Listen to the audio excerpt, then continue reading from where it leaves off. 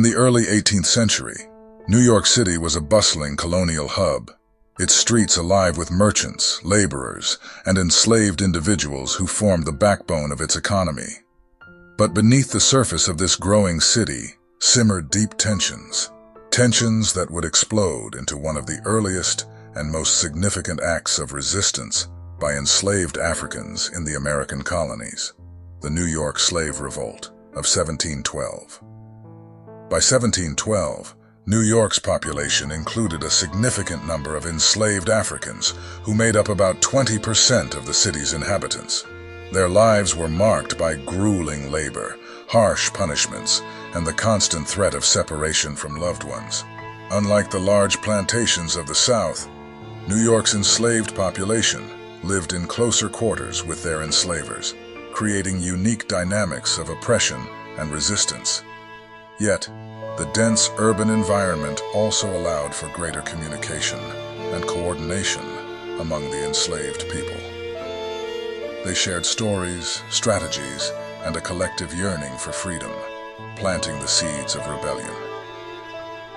These seeds bloomed into action, and on April 6, 1712, a group of about 20 to 50 enslaved people gathered in an orchard on Maiden Lane. Armed with weapons such as swords, knives, and firearms, they set a shed on fire to lure whites to the scene. When slaveholders and other colonists responded to the fire, the rebels attacked, killing 9 colonial settlers and injuring at least 6 others. Their goal was clear: to send a powerful message against the inhumanity of slavery. But their actions quickly drew the attention of colonial authorities. Local militias and soldiers from Fort George descended upon the scene, capturing some rebels and pursuing others into the nearby woods. The revolt was quickly suppressed. Within days, most of the rebels were captured, and the response was brutal.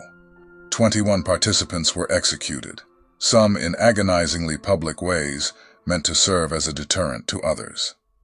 These executions, including being burned alive and being broken on the wheel. 6 of the rebels took their own lives while waiting for their punishment to be meted.